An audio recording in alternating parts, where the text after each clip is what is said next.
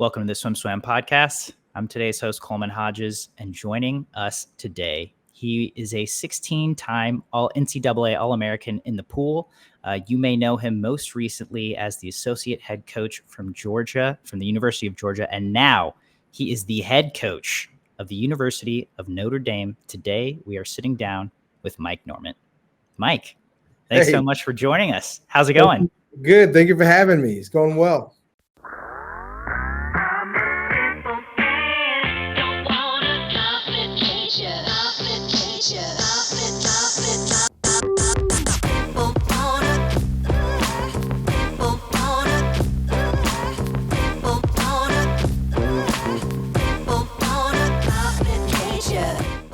This episode of the SwimSwam podcast is sponsored by Commit Swimming, SwimSwam's exclusive team management software partner. Since 2015, Commit has been providing coaches with swimming's leading workout management software. And now, Commit has team management software too. Commit wants to help you make the switch from Team Unify to a simpler, more powerful solution. Their onboarding and customer service team will walk you through every step of the way. Check them out at commitswimming.com to book your demo today. That's COMMIT swimming.com. I'm excited to learn a bit about your past, your present, and and then delve into what might be in your future coming up. I have to start with this though. We at SwimSwam reports on a lot of new hires, on a lot of head coaches, and I don't really condone reading our comments sections most of the time, but yours was without a doubt one of the most popular and one of the most positive comment sections I've ever seen, certainly for a Power 4 head coach hiring, which I think is its own kind of glowing review. Maybe not one to be taken with much stock, but it is a pretty unique thing. So I am curious, just right off the top, why Notre Dame? What made this position appeal to you? And why did you think it would be a good fit for where you are at with your coaching? Wow, that's a great question. To be honest, I was very happy at University of Georgia. I loved working with Neil. I loved the men's team, the support staff. It was great being back. With my alma mater and particularly being able to coach the men, because I think that was for the guys that swam back then, we always kind of wanted it. So to come back and be able to be a part of that was awesome. So I loved being at Georgia, and I really didn't want to go anywhere. So it was kind of interesting how this whole thing developed. Someone reached out to me and said, hey, maybe you should take a stab at this. And I was in a place where, because I wasn't like trying to get away from anything, wasn't really trying to leave. I think initially it was like, this is a good opportunity. It's a great opportunity, but also need to go through the process, right? Because becoming a head coach, especially now with not exactly knowing what the future of college swimming will definitely be in 10, 15, 20 years. I think you have to definitely look at opportunities. So initially it was like, let me go through this process. Let me understand what I need to do. And that process in and of itself was good, just to be able to sort of articulate your why, I think you embody a lot of the values that you have, but understanding how to articulate it in a way that really reflects you and represents you is important. And so, going through the process, I tried to keep a little bit of emotional distance from what the outcome would be. It was really focusing in on the process. I knew there were a lot of candidates, but really in the process of speaking with like alumni and just people connected to the program and the search committee, I think what stood out to me was how painful the previous year was. And how difficult it was, and how everyone had a sense of like overcoming the most difficult part, probably the hardest time that the men's program and the program overall had faced. Looking at the care that people had for the program from people who weren't currently swimming or coaches was incredible. Like the alumni association, and again, everyone through the interview process, they were constantly focusing on just what's your character, who are you, who's this person in front of me, and so I think that really spoke to me in a way that other interviews that I've had, it was like, you're great at coaching, we want you on the program, which is good, and I'm not knocking that process, but this was different from the standpoint of really understanding, is this person going to take care of our team, and is this the right fit for our program right now, and how can we carry Tim Welsh's legacy forward, and sort of what Notre Dame represents. So in the interview process, getting a chance to speak with everyone, that was clear and it was genuine, but it also people were living in their values. That's what I truly felt, and then just having everyone involved in the interview process who were not anywhere involved in swimming or athletics really have an opportunity to weigh in, and it showed like the values of Notre Dame extend into the values of Notre Dame swimming and diving, and that was evident with one of the individuals I've met with, Ann Firth, who works in the president's office. She's phenomenal, and she just had this gravity about her. And one of the questions that she asked me was, how will I be a force of good in the world? And so for me, it was big. Swimming has always been about character building and developing great character and strength and resilience and pushing leaders out into the world. So you can do well in terms of swimming fast, but you can also do good. And so I think that's something that really spoke to me about Notre Dame. Wow. That I'd hire you. that was a wonderful answer. Thank you. Thank you for that insight, and such a great jumping off point from my perspective, because as you said, it was a tumultuous year for the men's team. They didn't have a year, right? Yeah. They were suspended this past year. The women were kind of on their own. They had their season. And so as you were going through this process, and I loved a lot of the phrasing you used as you went through it. And I think it's great to when someone goes for an opportunity, but they can see that it's just practice, right? Like you said, you were just kind of choosing to go through the process rather than, oh, I'm really going for this, or like having an end goal in sight. The goal was just to get a rep in, right? Or to see what this was like. But as you went through that, what made Notre Dame stand out to you? And especially as you mentioned, the place they're in, where the men's team is coming back this year, but I certainly don't know what the status of the team is. They just, interestingly enough, just put someone on the world championship team, had a national champion. But I'm sure there will be, like you said, some rebounding and some rebuilding there. And then you have the women's team, who I'm guessing is in a pretty different place. So what made this the right fit as you were going through this process, or what stood out to you is, okay, I think from the swim team specifically point of view, that this will be a good fit for me? Yeah. I think, well, and going back to the initial part that you talked about, like going through the process, that was key. But then also, when I got a chance to speak with someone, a guy by the name of Tony Fonseca, and it was just like, after that conversation, I was like, this is a pretty cool space. It's a cool place to be in. I think when it came down to the actual position and the X's and O's of performance for the team, on the men's side, I'll say that it was a challenging year, but also think that it changed a lot of.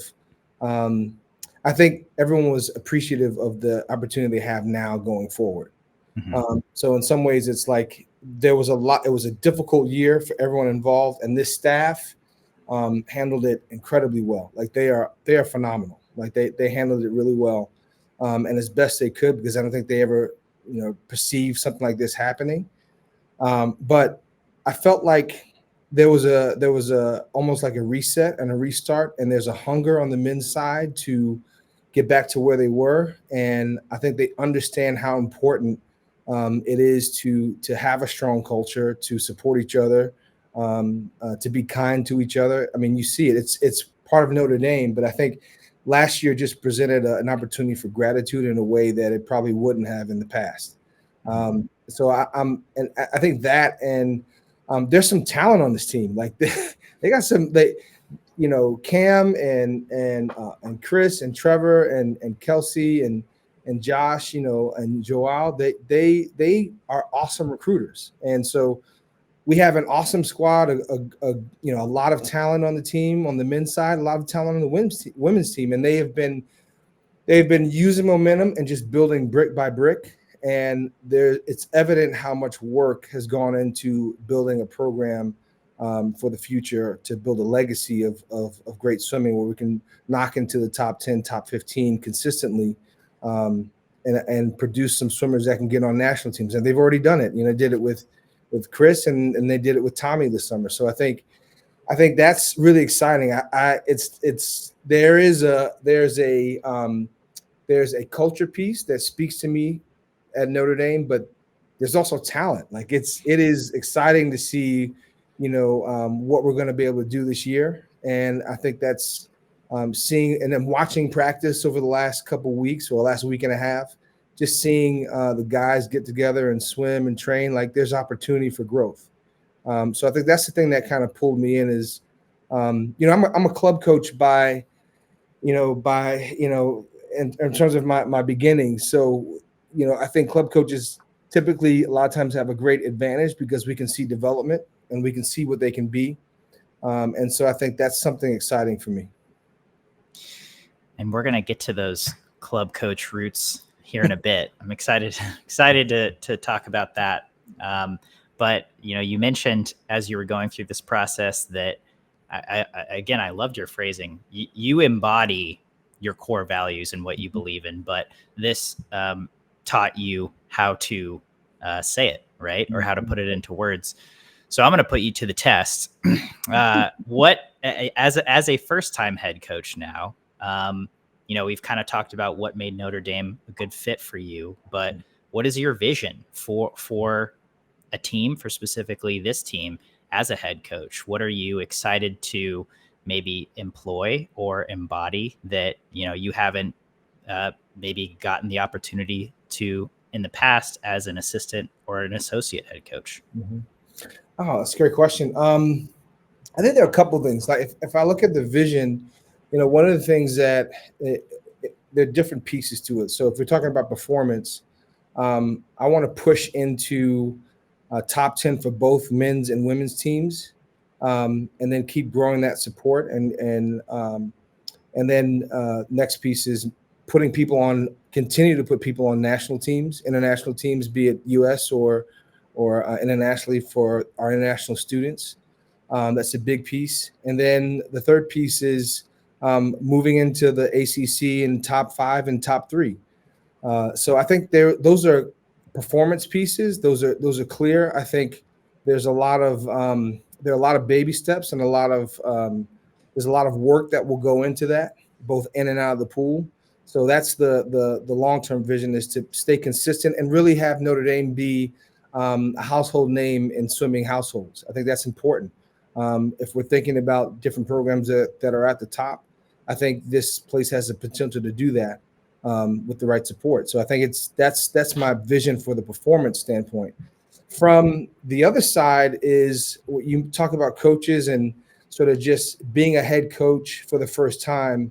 I think any assistant coach, when they're a part of a program, would probably do it a little bit differently than the head coach would.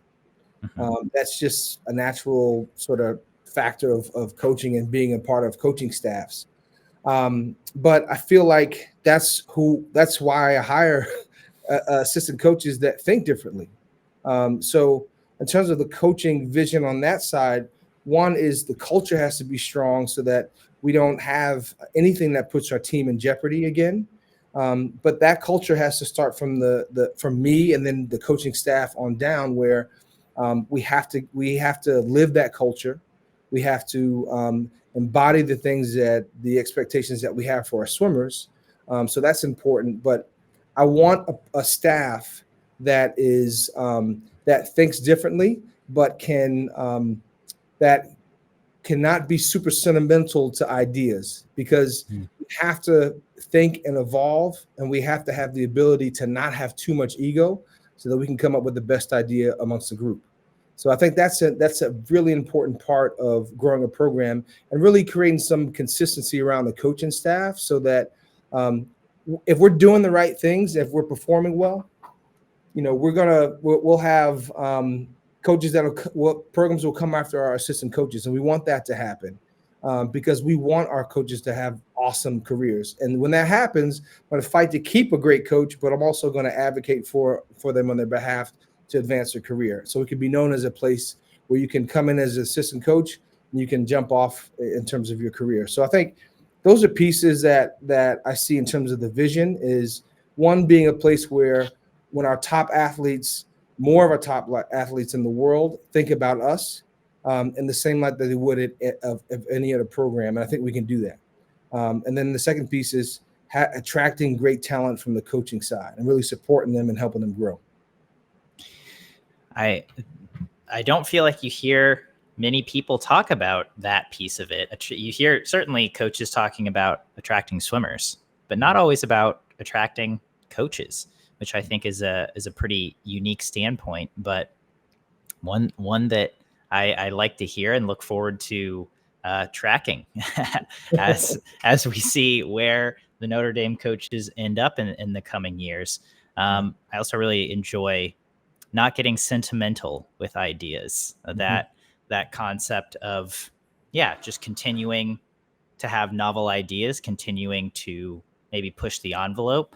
I'm curious what maybe some ideas or concepts or ways you've pushed that envelope at your last couple stops at Georgia and then at Georgia Tech.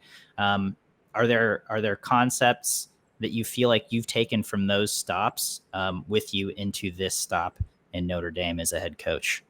Absolutely. I've learned from so many coaches. And, I think starting out in my career as a club coach, I'm really thankful to Melissa Wilburn, who's at DeKalb Aquatics, who I saw her in downtown Stone Mountain. I was like, hey, I want to coach. She said, all right, come down tomorrow and put me on the deck. And I was like, how do I coach this? She's like, that's your group. Go ahead and coach. I got to work with these other guys. And I'm thankful for that, because it forces you to kind of think and develop and really understand who your athletes are. And I think, that was a huge piece for me. I think when we started the club, Metro Atlanta Aquatic Club, that stretched me. There was an assistant coach, Sean Campbell, who I wish she was coaching, but she had better things like starting a family to do. So when I got to Tech, and Courtney Shealy and Neil Versfeld gave me that opportunity. When I got to Tech, it had sort of been in the middle of a search to find out, like, how do we actually swim faster, like top end speed? How do we do that? And I just felt like there wasn't a ton of literature on that in swimming research. I mean, you can find it now because it's a different world. But really keying into that, not just like getting stronger, but like, how do we increase our top end speed in a way that's efficient, in a way that can be used across, different events, different lengths. And so what does that look like for each piece? And so, when I got to Tech, it was the first sort of experience. And thank you, Courtney, for letting me try some stuff out. I was like, it started with starts, and I was like, we are not the best at starts. Swimmers are not. Some coaches are not the best at understanding starts, but track is. So there was a coach at Georgia Tech by the name of Nat Page, and it was eye-opening and it was phenomenal. Like, he just really sat down. He worked with the jumpers and I think some of the sprinters, but so being explosive and doing starts. Came to watch a bunch of his practices, and it was just eye-opening. Like, this is how you develop power, right? And then there was a book that that I came across called triphasic training, and it talked about like, plyometrics and how high the box is, and whether that determines whether it's power or strength. And so, paying attention to those details depending on what capacity you're trying to develop. Well, I had an opportunity to do that at Georgia Tech because we changed some things around. And I said, okay, let's take some of the track pieces. They're not track athletes. They don't have the same bone density. So we had to modify it a little bit, and it worked. Like it was awesome being able to see how we truly develop explosiveness, because the start, even though we're diving into a pool, it's a dry land movement. And so I needed someone who really understood that part better than any swim coach could, in a more detailed way. So I think that was the first thing. And then we were able to have Nic Fink train with us at Georgia Tech. And that was just an awesome experience to be able to use some of the stuff that I've been working on and thinking about with someone who was willing to do it, and so a lot of it looked like, I feel like speed work is actually top end speed work is kind of boring. Like you have to swim fast and you have to wait and rest. And I think that's it's not a lot of, we want to, as some coaches, we want to see them moving, and sometimes it's even unsettling for me to see someone do a sprint and then we just kind of sit around. But if it's top end speed, that's what it is, right? And so with different pieces, like assisted swimming, I think it's now the Titan X, machinery where you can pull and go at a speed either at race pace or world record pace or whatever pace you want. Like understanding how the central nervous system works and speed is important. So that was a piece that I was able to bring to Georgia, and I have to credit Neil Versfeld, because I remember the first week of a practice that I was on the pool deck. I just leaned over to him. I was like, how much of your workout is like Jack's workout? And he said, it's very similar. And I was like, why? And he said, this is what I'm used to. And, but I'm open-minded and I want to learn. And that really I have so much respect for Neil in saying that, because he understood that there needed to be change, but the vulnerability of a head coach to say, I need to learn, right? And so I don't think many assistant coaches have that relationship, and it just tells you more about Neil than it does about me, And so the first year we kind of watched, and then after the first year we sat down and I was like, we got to work on some different things. So that's where I was able to bring some of the stuff what I learned from Georgia Tech and implement that at Georgia. But I did it in a way where I wrote Neil like a 9-page paper, and I gave it to him. And I said, you pick from what you look at this, give me your thoughts. You tell me what you want to do and these specific areas. And I think doing that was important, because I think head coaches can probably identify with the fact that if your assistants are constantly giving you conversations about what they think they should do, it can maybe sound like an attack. Mm-hmm. Whereas I wanted him to have a paper that would not change in a conversation, that he could make the decision, because he is the head coach, right? And so that created it's always in his control, and then I can go to work for him in a way that he's comfortable with. Because I think coaching, you have to be on the same page. And so athletes can sense when there's tension or there's awkwardness and they don't believe in it. And Neil allowed me to push him out of his comfort zone. And I learned a ton in training from Neil and being pushed outside of my comfort zone.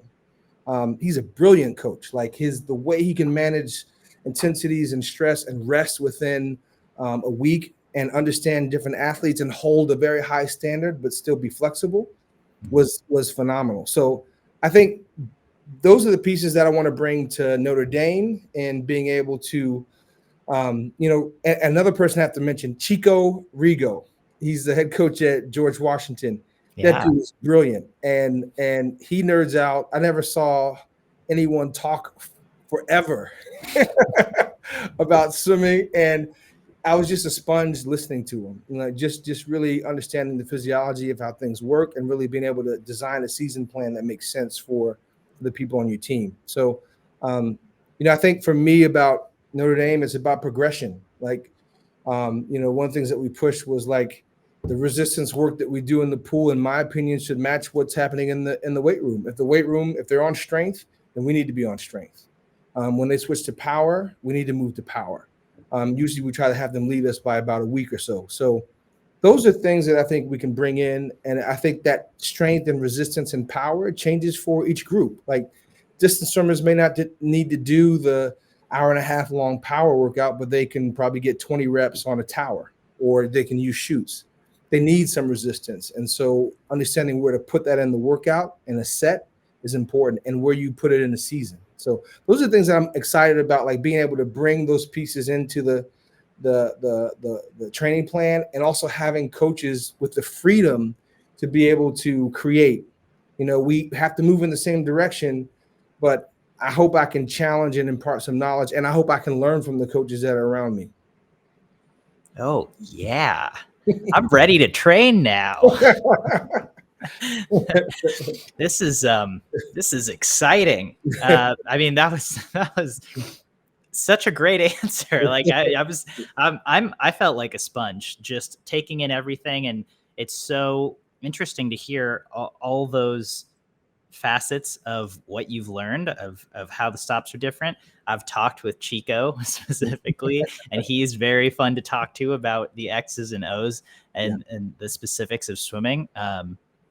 But all right, put me in, coach. I'm ready. So I do want to talk about a few specifics. You mentioned Nic Fink. That was on my list of questions.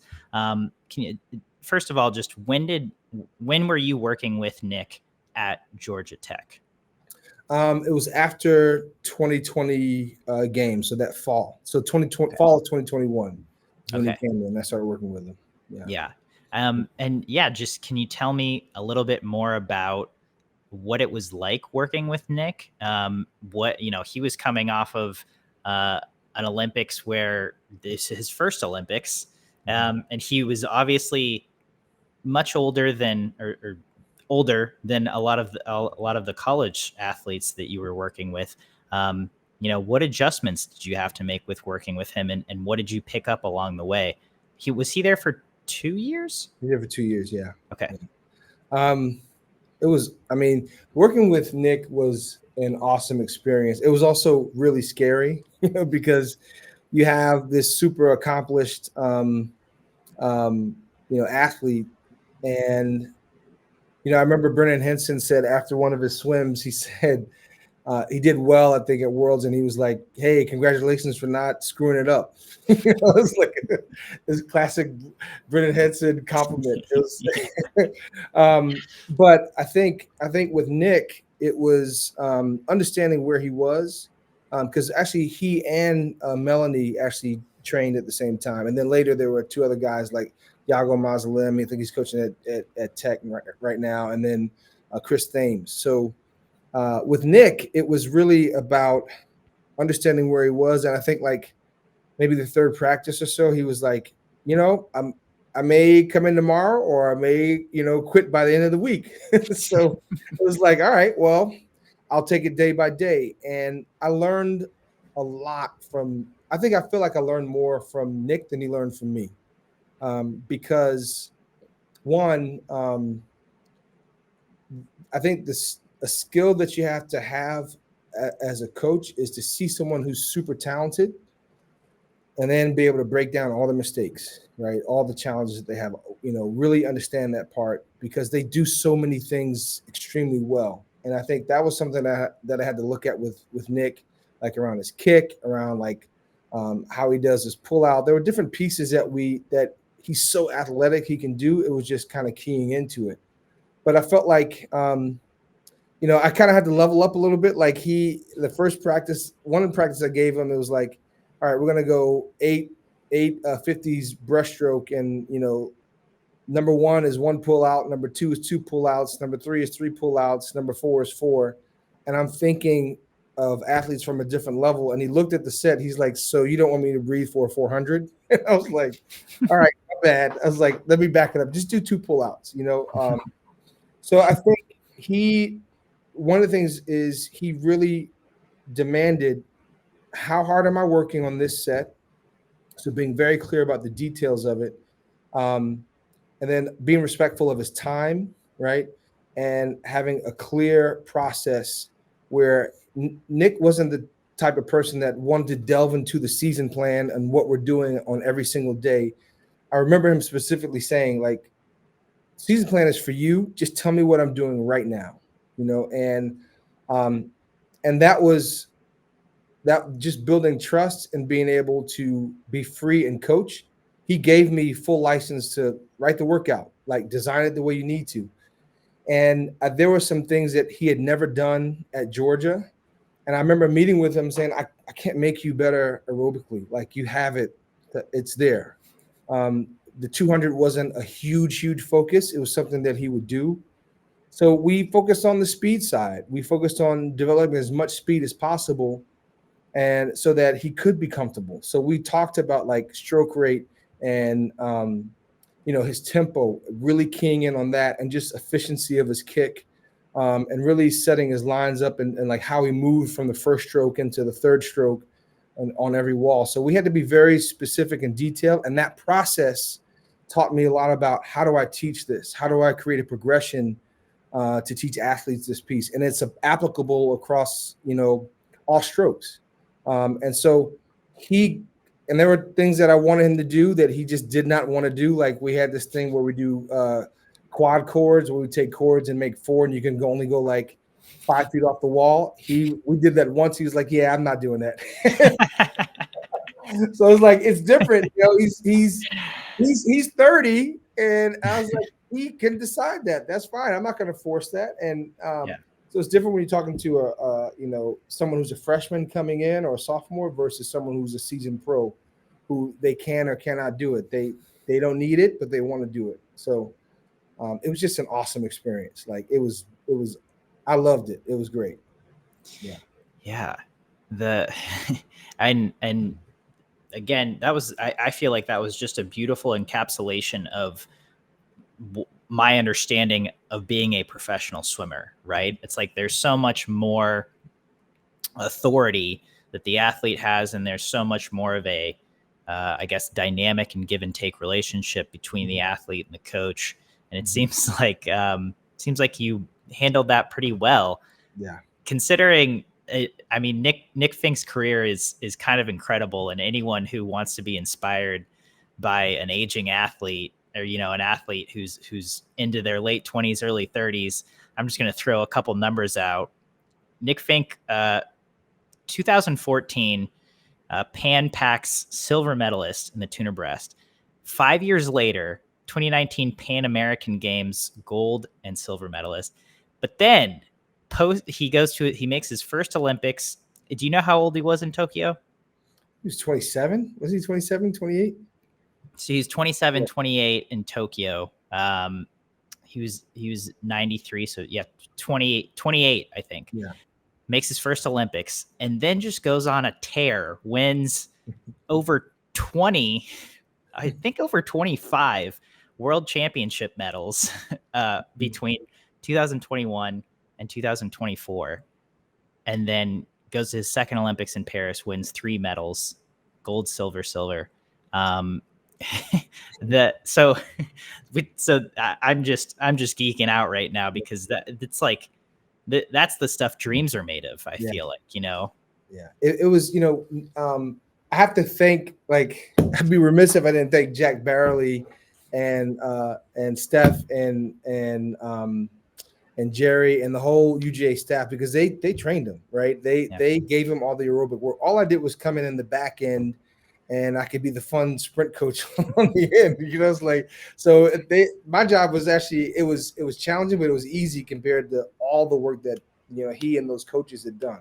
So I kind of I wanted to make sure it was a huge responsibility to carry that on for them. And I think for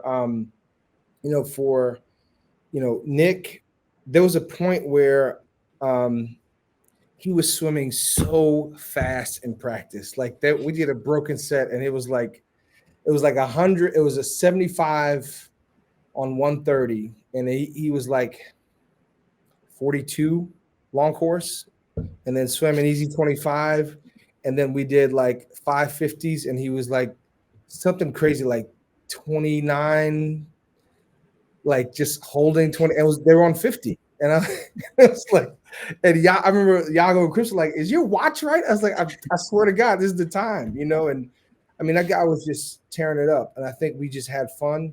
But I remember a recruiting visit I was taken to Dallas, and just about those medals. Like, I think when you're coaching, you're not thinking about those things. Like, at least I don't. I'm sort of in the weeds, right? I have a family. I'm taking care of my kids. Like, I was making sure the club team at the time that I was a part of was okay. So it's like you have a lot going on, and you're just busy all the time. Yeah.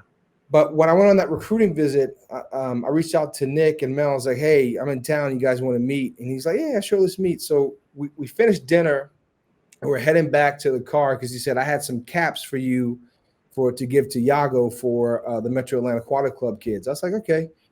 And he gets to the car and he's like, "Hey, can we take a picture with all the medals we won?" And I had no idea how many there were, because my mind was always, when I was coaching Nick, was like, how do we get to 57? Like, and it was always like, I want to get, if we can get out in 26 high, then we have enough room on the back end to go 57.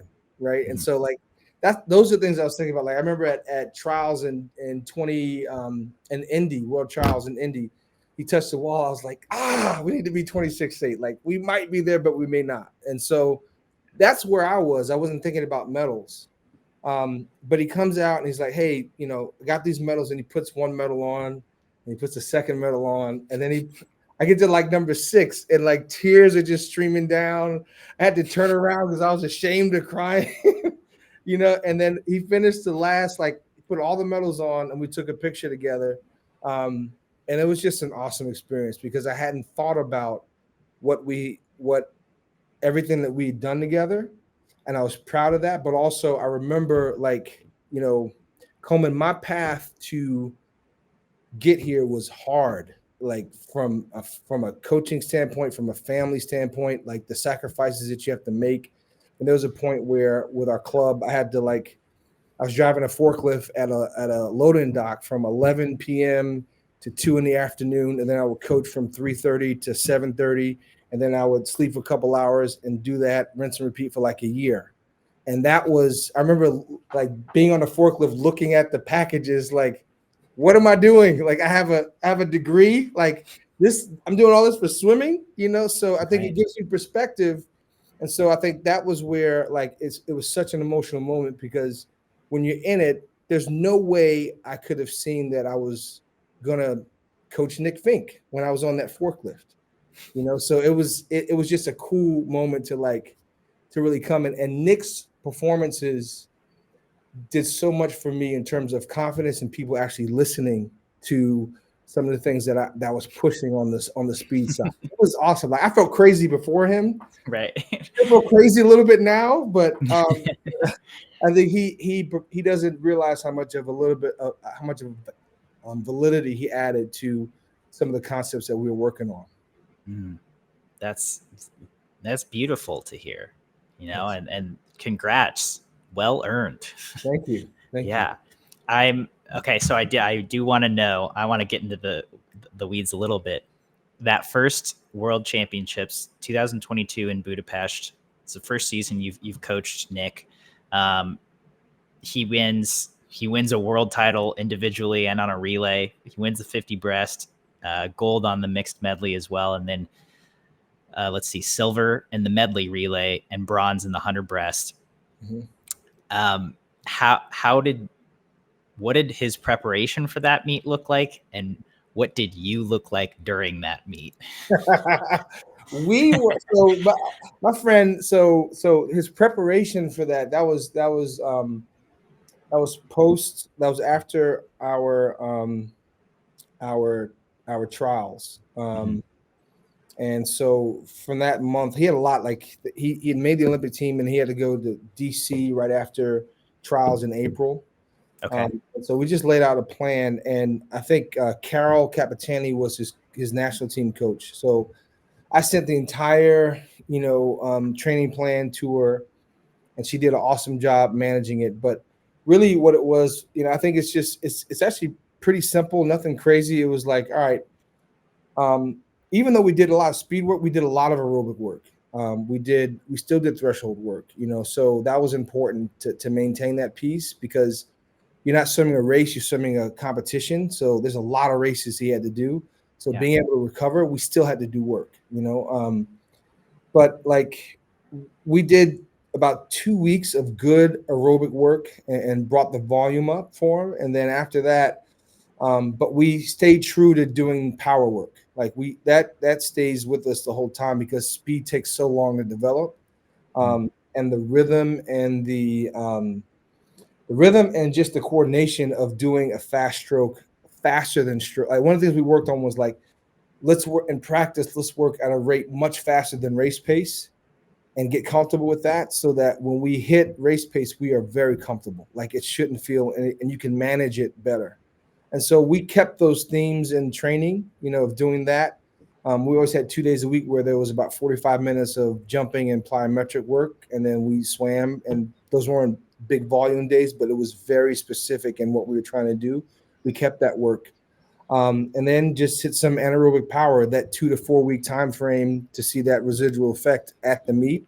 We just kind of stayed true to that piece, and just gave him some love. I think at one point Mel was like, he's like, Mike is getting on my nerves a little bit because he's too positive. But it's like there's a point where like there's not much you can do with a stroke in 2 weeks. Like you don't want to. Now it's time to just go. And so I felt like we had developed enough speed going into Budapest where let's keep the speed. Let's let him get used to the rhythm. And at 29, it's a skill. Like he's not really having to think about the race. We just need to prepare him to have the tools to be able to execute in the race. Mm-hmm. So that answers my first question. What were you thinking? How did you go through that meet? Just having to give it up and then just watch. You're nervous, like I've wanted him to do well. Not so much for me, but I want him to do well. Like I think that's the thing that I think every coach loves to see the swimmers celebrate, and that they can get to their potential. It's just awesome to see, because they have a high that's going to last for a long time. It impacts training, like it builds stronger bonds, it builds trust. Like it does so many things. And so I was really nervous for him, but I think every coach is a little bit, you're confident, but you're also like, all right, this has to work, So we watched it. I had my friend Mike Dunson was in town. He's a guy I grew up with, and my wife, my son, my daughter, we were all in our living room and we're watching it. And it was so cool to see, like my wife, who is basically the only sport that she watches is Georgia football. He went crazy. My son was going crazy. Everyone was screaming at the TV, and it was awesome. It was just a great experience, like to see him happy and celebrating, and then like being able to kind of sit back and look at my family, like it might have been worth some of the struggle, in terms of the swimming part, because they bore the brunt of not being there and money being tight and things like that. So it was really cool to see them like get a piece of that. Yeah, that's awesome. I just congrats. That's so cool to hear about. And I mean, Nick winning that 50 breast world title was one of the most surprising things to me at that meet, of just like, this dude's almost 30. And like, he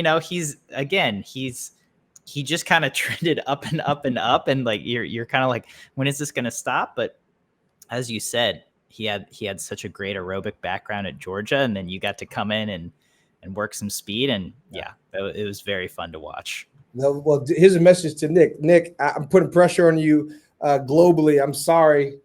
3 days a week, Nick, 45 minutes. You can swim to 50. 2028. Yeah. Yeah, I know you got that family thing going on, but No kidding. It's going to be this quad is going to be so interesting it is. to see. I mean, this is obviously year one, and everyone's on the retirement bus at this point. Yeah, But yeah. I think starting in 6 to 8 months, we're going to see everyone taking the opposite bus of, you know what, maybe 2 years, 2.5 years. That's not so long. I Yeah, can swim a 50. just one length, you got it. I Yeah. mean, as a sprint oriented coach, how do you feel about 50s of stroke being added to the Olympics, and does that impact the work you do or the emphases you have as a NCAA head coach? Well, I think when you really think about it, like we have young athletes that are coming into the sport, right? So, freshmen coming in, sometimes they're 17, but mostly 18. International students, maybe a little bit older. You're still developing talent. So I think when a swimmer comes in, they may be really good at this thing, but with development and work, um, they might be good at something else. And so I think we're always going to work on speed, right? We're always going to work on developing that. But it's also really understanding like who that swimmer is. Like if someone's a 400 IMer, then you got to train for that, right? If they're a 200 butterfly or a miler, like you have to do the right amount of volume, right amount of work for it. I think when the opportunity presents itself, you can do that. I think the other part is like it goes into a question of what you want your training plan to look like.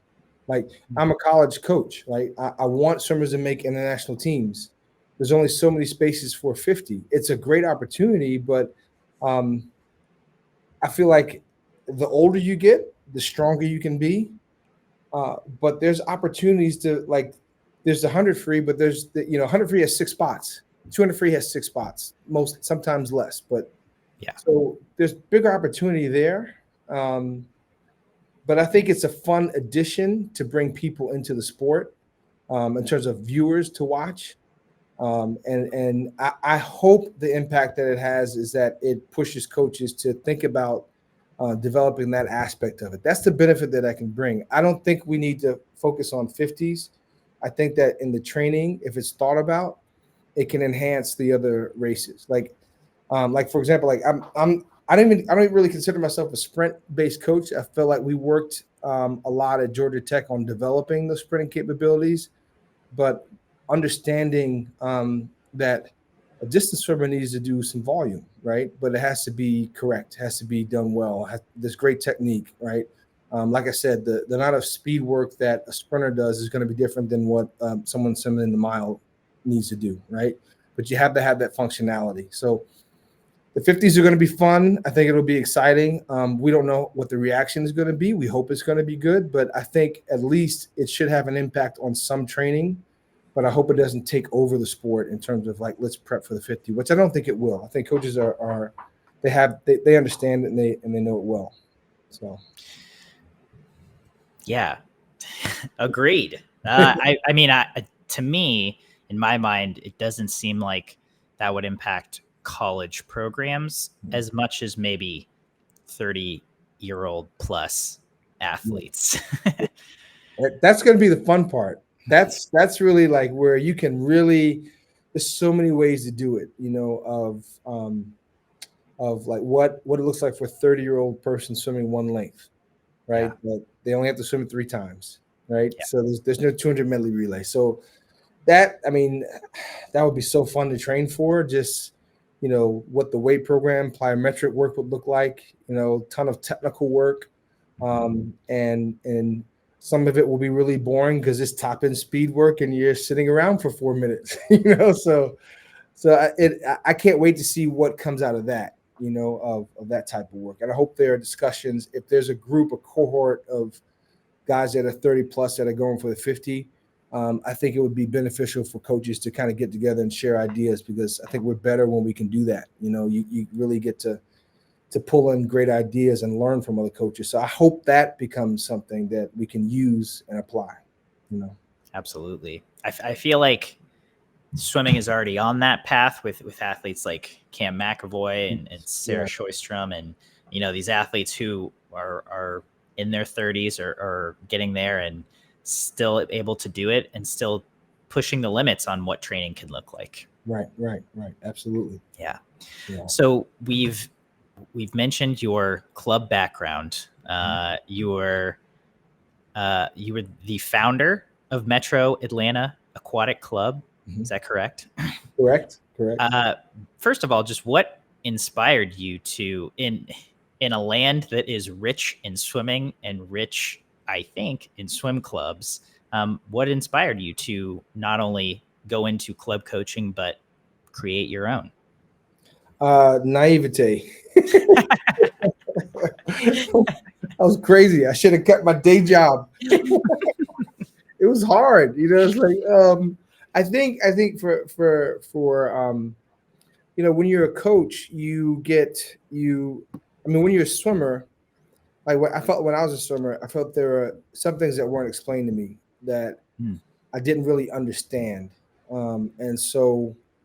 I remember one time swimming at Georgia, Jack gave a set out, and I didn't agree with it. I didn't like it. And this was when I was a fifth year. I graduated. I was training for 2000. And he should have kicked me off the pool deck. He could have. But I was really upset. And it was something like 400s breaststroke. This is like 30 years ago. So, and I was like, I'm not doing this crap. And I got mad and I walked off the deck. And Jack, to his credit, showed a ton of grace. And he was like, come to my office, let's talk. And he talked. And again, by every means, he could have and had the right to kick me out the office. And this speaks to like Jack's, like he's just an awesome person. But he told me, he said, write down what you think you need, like research it and give me the reasoning and the logic and the research behind why you want to swim this particular set instead of what I gave you. And that forced me to research and read and give him a paper. And it was awesome because he gave me the space to understand and step into the shoes of what a coach has to deal with, and learning and coaching. And so that was just a learning experience for me. And so I say that when I go back to MAC is I wanted to have a program where everything made sense, where I would learn with my coach, with my swimmers. So there was a research article that I had. I wanted them to read it. I wanted them to understand why we were doing what we were doing, because you need buy-in, you need trust. Gone are the days where you can just say, just do what I tell you to do. I don't want that. I don't want that kind of swimmer. I want someone, and let me rephrase that. I'll take that kind of swimmer, but I'm definitely okay with explaining everything, because our coaching career is a lifetime. Their swimming career is very short, so when I started MAC, I wanted everyone to understand what they were doing. I wanted to have the right training process in place. And probably the biggest thing was I wanted kids from all backgrounds, Black, white, Latino, Asian, people from all different gender identities, everything. I wanted everyone to be able to know that they were accepted in that space, in that pool. And the goal was to have sleepovers with people who those kids had sleepovers with kids they probably wouldn't have if they weren't a part of that club. That we had potlucks with parents, and they were united behind our program, because we were this tiny program fighting the juggernauts of Swim Atlanta and Dynamo. And so I think that was something that we sort of created a space where everyone was welcome, and we coached our kids. And it was just an awesome experience. And we tried to innovate as best we could, and really have fun doing it. And the only capital we had, because we were going to like 5 different pools over the summer, it was I'm so glad that we're past that, but it was very hard doing that. But I think the thing we leaned into was we can coach and give love and attention to everybody on that pool deck. We know everybody's name. And we understand that, like, as a coaching staff, kid in junior high school may walk into that deck. He might have been bullied all day, and the first positive thing he's dealt with is a coach, right? So understanding that when they walk on the pool deck, it's not "you're late," it's "hey, I'm happy to see you. Like, I'm glad you're here. Hop in lane 6. Everything okay?" I think that changes things because kids have enough to deal with, So Mac was awesome. I did that, and my wife supported me, and she did say, like, all right, keep your shoes and your suits just in case this doesn't work out. But I had a bunch of friends and family that supported me 100% of the way. Like, it didn't make sense. I quit my job. I wasn't making any income. It was dumb, but all stretches of the imagination. I'm sorry to my wife and my kids to put you through that. But I don't think if I hadn't gone through that, I wouldn't be sitting in front of you talking about being head coach in Notre Dame. That's really moving. I think if more swim clubs had a mission statement of providing anyone from all walks of life with a welcome environment, everyone might be a little better off. That's you. At the top of this podcast, you said my goal was to be able to speak what I'm about, and I think that really said it all. Yeah, thank you for sharing that. Appreciate it. Thank you. What I'm sure you learned a lot of lessons through this. But if you were going to, say, hey, to say to someone, oh, you're starting a club, this is what I would suggest. What would be one tip that you would lend? Don't do it. No, no. I mean, the thing I would say is, like, I think there's a lot of, like, one is there's the coaching world, which is what happens on the pool deck, right? And there's a camaraderie amongst club coaches, which is phenomenal. Like, I have so many club coaches that I love, that I depend on for advice, that I love seeing every time I'm on the deck with them.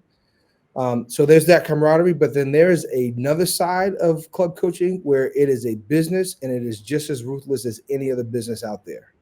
And so I think the thing that I would say to club coaches that are starting a business, because that's saying the swim team is a business. You're starting a business. I think that's important to understand.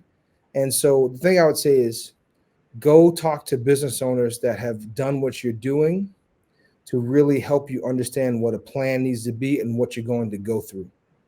I think it's going to be a challenge. And I remember Chris Davis said to me, he was like, it's going to take you 10 years and 7 days a week before your club will be safe and profitable. And he was exactly right to the day. So, I've moved on from that club, and those guys are managing it, but and they own it, and they're killing it, and they're doing great, and the everything's growing. But the other thing I would say is, if you have a family, then you have to prepare them for the work that you're going to do. And you have to have people on staff that will allow you to still be a parent and be present. That's one thing I made a mistake of doing, is thinking that I had to be there all the time for every workout. And there's something called the founder's trap that one of my friends, Matt Williams, we've been together, as friends for 25 years, kids the same age. He's a consultant. He gives so much great advice. And he was like, the founder's trap, you can't do everything, right? Other people can do your work. And if you don't give people space to do the tasks that you normally do, then you're going to mess it up at some point. You're not going to be able to grow. So you have to, by nature, let go of things and keep building that process of building layers of management. Not too many, because you want to be nimble. But that was something that I didn't understand early on. I thought I had to do everything. And I think the other piece is understand what your strengths and weaknesses are. Like, I wasn't great at admin, so I have to find people around me that are really organized, who know how to communicate via email and everything, and keep me on a track of like, hey, we got to make sure this gets out. So really understand what your strength is and what you're really good at, and what you're not good at. There are people out there who love doing what you don't like doing and are way better than you, and you have to find those people. And then the last thing I'd say is like, your biggest asset is the energy and time that you give to the people that you serve. Like, it's a swim club, you serve them. And I think that's the important part. Like, you would not exist as a club if people didn't make the trek, pull their kids across town to get to practice and pay for that process. So you really have to keep that in mind when you're a club owner, and when you're trying to start a club. And I think the last piece is you got to have great energy, and you got to keep enjoying it, right? I think those are the things. There's a million other pieces, like secure pool water, and it was just very hard. And I think the thing that I was able to do was I had an awesome group of parents that helped me. Like, I would not be in this position were it not for the parents who took a chance on some tiny club. And two in particular, Missy and Matt Erda, have to thank them. I would not be here if it weren't for those two parents, and a whole host of Dean Ferris and his parents, Jay and Gail, the Mitchells, like everybody on the team now, Tasha Frazier. Like, there's so many, the people that came in and stepped, Steve Cardwell, like they came in. I had, parents that were willing to work with me and like look at my contracts and organize it and go through and say, okay, don't do this, this, and this. So you need that help. And I think that's an important part is, if you don't know where you're going, or if you don't ask for things, then people aren't just going to offer it up. You have to ask. You have to be intentional about that. I wouldn't know anything about starting a swim club. I've never done it, but that seems like very sage advice about starting a swim club on all fronts. Very well-rounded advice as well. So if you're listening out there and you ever do this, take note. Mike Norment knows what he's talking about. He's been through the weeds of a swim club. Yeah.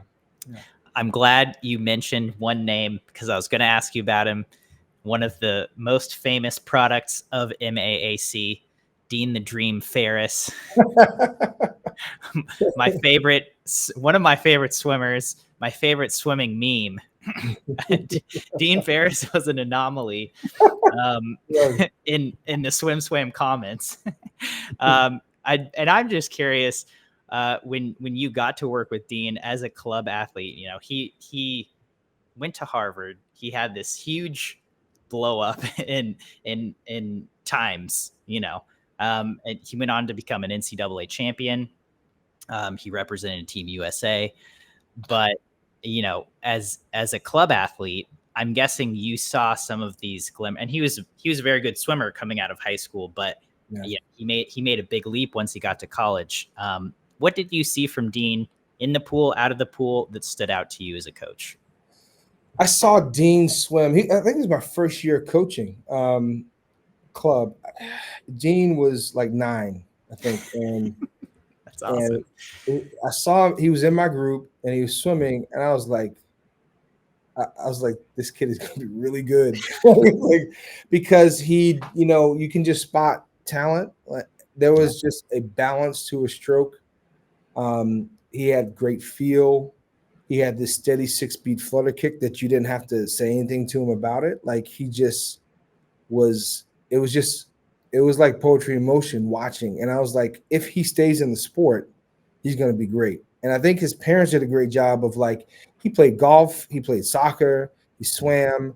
And I strongly recommend that parents do that with their swimmers. Is if it, it helps so much to have a well-rounded, like being able to play a team sport, like the skills that you develop in soccer, like the focus you develop in golf, like those things, they play a part. So seeing him swim at 9 was awesome. And we have, like, there's so many moments where he had to learn how to be better in competition and learn lessons from 9 to 10. I remember at 11 we had long course state championships, and he got beat, and he was like, "What's happened?" I was like, "Dude, this is you're moving to a different space." I think he might have been 12, turning 13. I was like, "Yeah, you have to." I was like, "You don't have to choose swimming, but you got to train. This is long course. You got to do a little bit more work." And I think his parents did a great job at helping him make the decision, and I think that was important. So when he stepped into swimming as a senior, as a senior swimmer. So when we started our club at MAC, he was 15, I think, and he was a sophomore.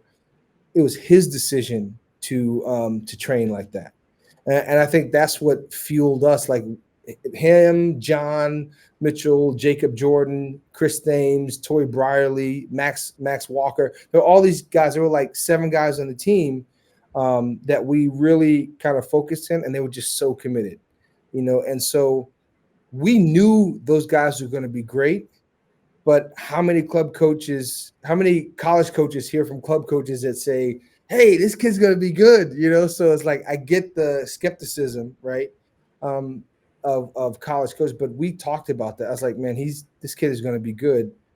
And I remember there was a point where he wanted to go 19 in the 50 in high school, and I was like, we could do that.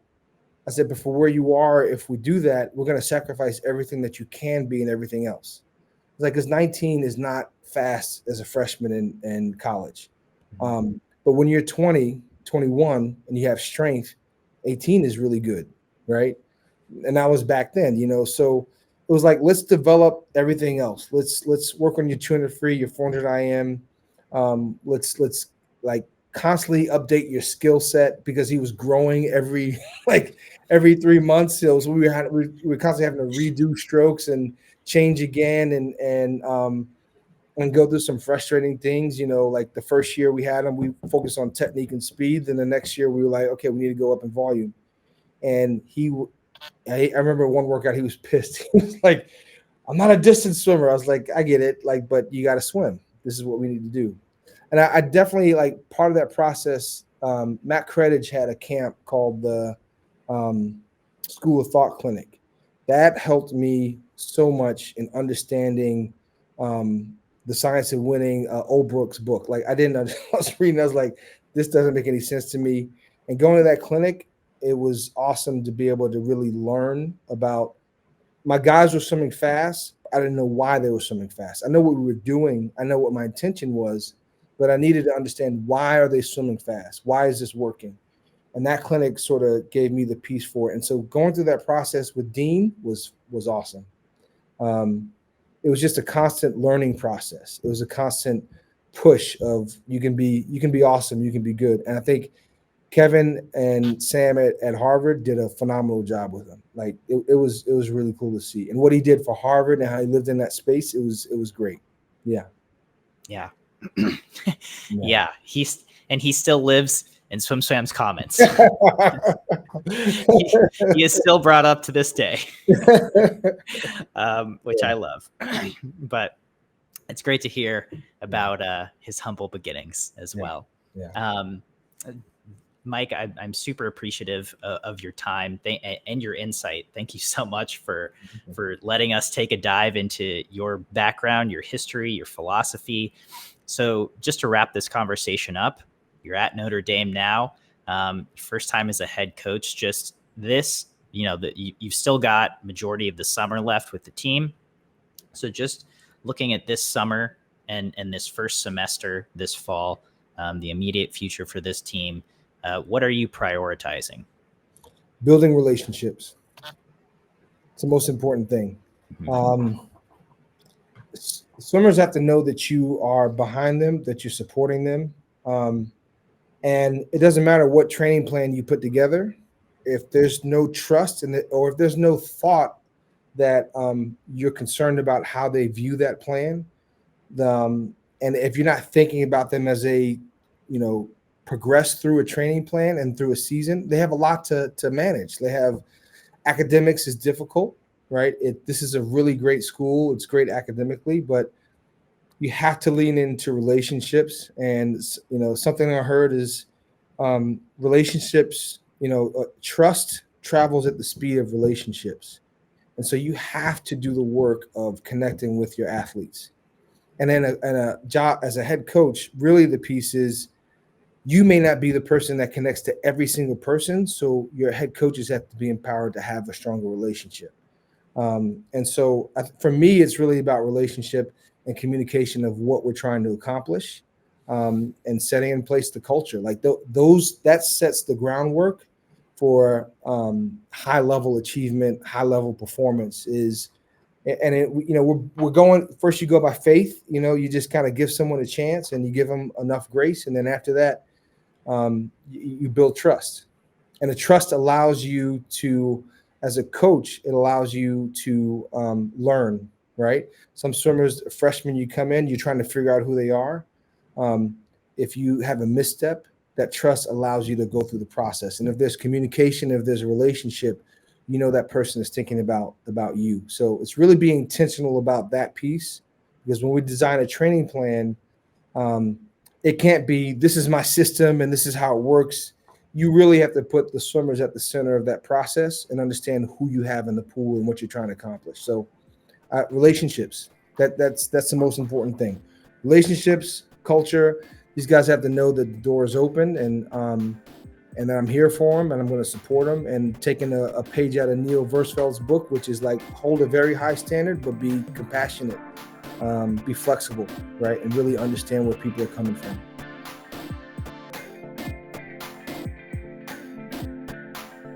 You've been listening to the SwimSwam podcast. Stay tuned for new episodes every week. You can take SwimSwam podcast on the go by subscribing on your favorite podcast platform. Look for links in the description below, and be sure to subscribe to our YouTube channel for more videos as well.